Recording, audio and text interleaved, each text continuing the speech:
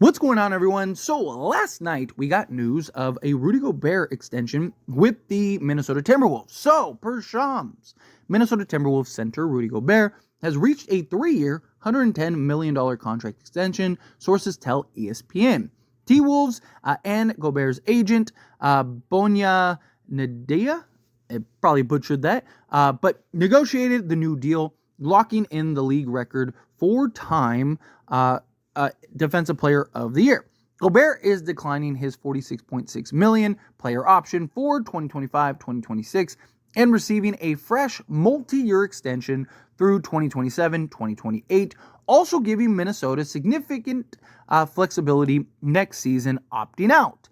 Final season has a player option, source said. And then Shams followed up with sources tell ESPN Rudy Gobert's deal includes a player option and a trade kicker, and the extension now gives him a total of $153 million over 4 years, 2024 through 2028. So he's got both a player option as well as a trade kicker.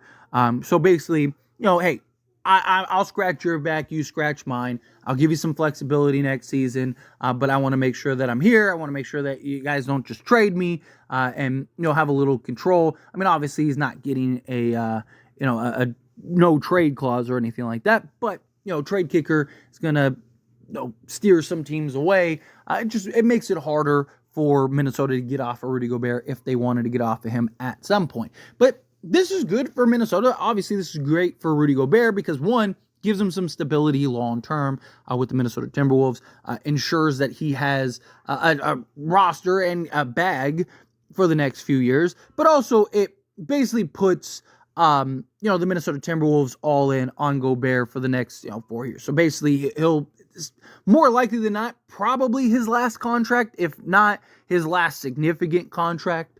Right, because once he gets through this contract, he's going to be looking at being 36.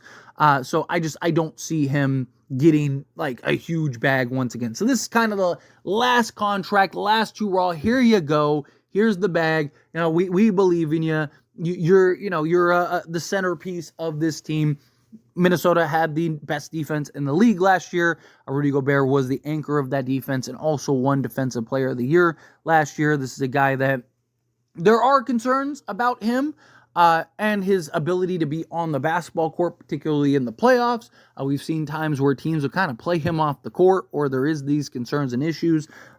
Also, still kind of questions at times fit-wise with him and Anthony Edwards, right? Because with Karl Anthony Towns, you saw Karl Anthony Towns, his ability to stretch the floor and shoot the three ball really opens up the paint in particular for Anthony Edwards to be able to operate and get to the basket, right? Especially with Anthony Edwards, he is arguably one of, if not the best rim pressure players in the league, as well as finishers around the rim. I mean, the guy is spectacular, right? But with Rudy Gobert, it makes it difficult at times because Gobert, he's not really a liability. He's not a threat outside of like 5 feet. So there are questions of can Rudy Gobert as well as Anthony Edwards, can those two actually coexist well enough to potentially go win an NBA championship?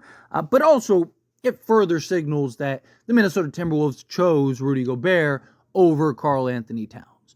All right, Karl Anthony Towns got shipped to the New York Knicks in exchange for Julius Randle as well as Donte DiVincenzo, which I do believe Donte DiVincenzo is going to be solid this year, especially as a off-the-bench type player for the Minnesota Timberwolves. Julius Randle, still kind of questionable about his fit. We'll see if he's able to kind of work it out and figure it out, right? Obviously, he's looking good. His health, obviously, is a concern. But does it become problems at any particular point this season? Also, with Karl Anthony Towns now gone, you don't have that floor stretcher unless Julius Randle this season can kind of get back to that 40% three-point shooting, or at least, 37, 38% from three. He has had seasons where he shot the three ball well. If he can kind of replicate that this year, then that could go a long way for Minnesota and just kind of giving them a floor spacer. Also, Julius Randle gives them a little more physicality than Karl Anthony Towns, as well as just another playmaker, a guy that go get you, 20 plus on any given night. So there are definitely some pros and cons to Julius Randle over Karl Anthony Towns. But the problem isn't so much Julius Randle as it is Julius Randle with Rudy Gobert, right? Like, if it was Julius Randle and Karl Anthony Towns, then I think people would be like, oh, this is great.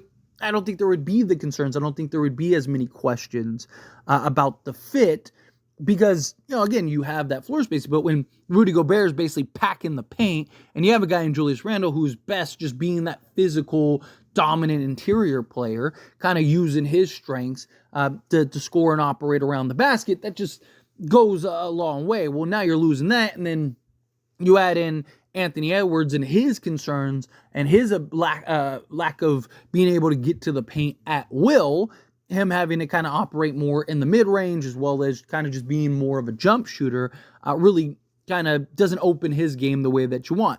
But it does give Minnesota future flexibility, particularly with the Rudy Gobert trade. This is a team that's trying to win now, right? They're trying to win an NBA championship right now. And with this team and the position, I mean, they could win it this year, right? Like, honestly, no one would be shocked if Minnesota ended up winning the NBA championship. But I do imagine that there's going to be a little bit of a learning curve. Obviously, Julius Randle, we'll see what he does. So he, after this season, has a player option for basically $31 million, just like a hair under $31 million. So you're looking at, does he opt in and kind of keep that contract? Does he maybe do an extension, right? Maybe you work something out to where it's like, hey, you do the same thing, you opt out, and then we'll give you, maybe 4 years, $100 million, something like that. But also, what does Julius Randle want, right? Julius Randle, if he wants a max, if you're Minnesota, I don't think you can really give him a max. So does he even potentially leave? Is there a team that maybe offers him, maybe they don't offer him 40 plus million, but maybe they're like, hey, we'll give you 35 just to get you away from Minnesota, right? So, Minnesota's still not out of the woods yet, in my opinion, as far as the whole Julius Randle situation, and you don't want to lose Julius Randle for nothing, right? There's also been talks from the moment that they acquired Julius Randle that, hey, maybe they look to trade him and move him at some point, right? Does he end up having some value at some point this season to where, you're able to turn him into an asset or assets, right? Especially with Naz Reid and how good Naz Reid can be.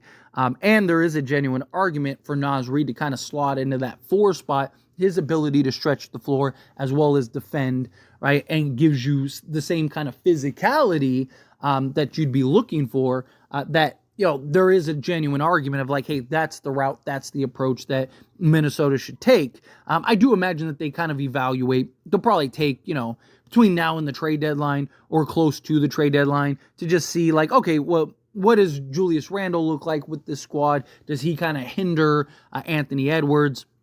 Right? Can Rudy Gobert coexist alongside Julius Randle? Right? Like, I imagine they'll check and make sure, like, is this clunky? Is this awkward? Is this something of concern? Is this something that we need to kind of adjust and change? Right? What does it look like with, a Naz Reid out there? Right? Like, I do imagine that there will be kind of like that trial and error period for Minnesota between now and February, and then they'll kind of make a sound decision. But I do think Minnesota's in a good position. They're in good shape. They committed to Rudy Gobert. So now you have Anthony Edwards, you have Rudy Gobert, you have your core guys, right?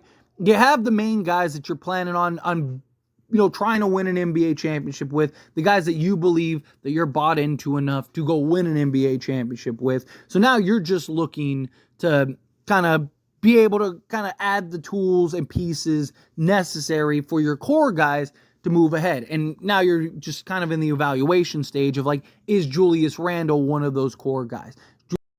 Julius Randle one of those core pieces that you're going to be looking at for the future that you're willing to commit to long term, right? Is Julius Randle, is he willing to kind of sacrifice, or does he want max money? Because, is Julius Randle really worth the max money? Probably not, right? If we're being honest, right? Julius Randle, you probably want him around, 25 to 30 million, especially with the new CBA.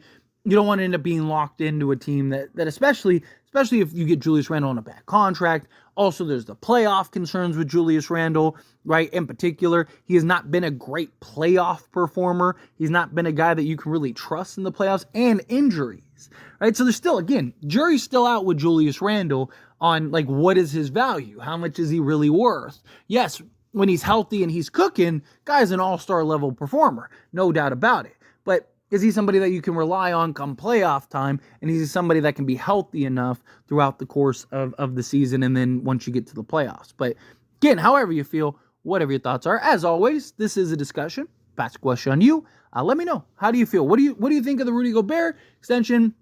What do you think of the Minnesota Timberwolves? Do you have concerns with them? Do you not? Do you think, like, no, this is going to be a really good team? Do you think they're not? Do you think they win a championship? Do you think they're not? Again, however you feel, whatever your thoughts are, I'd love to hear it. So let me know down in the comments below. That being said, if you haven't liked this video, hit that like button. Helps me out. Helps me enjoy these types of videos, and I truly appreciate it. Not subscribe to the channel, hit that subscribe button. Turn on the bell notifications. Appreciate y'all. See you in the next one. Thank you.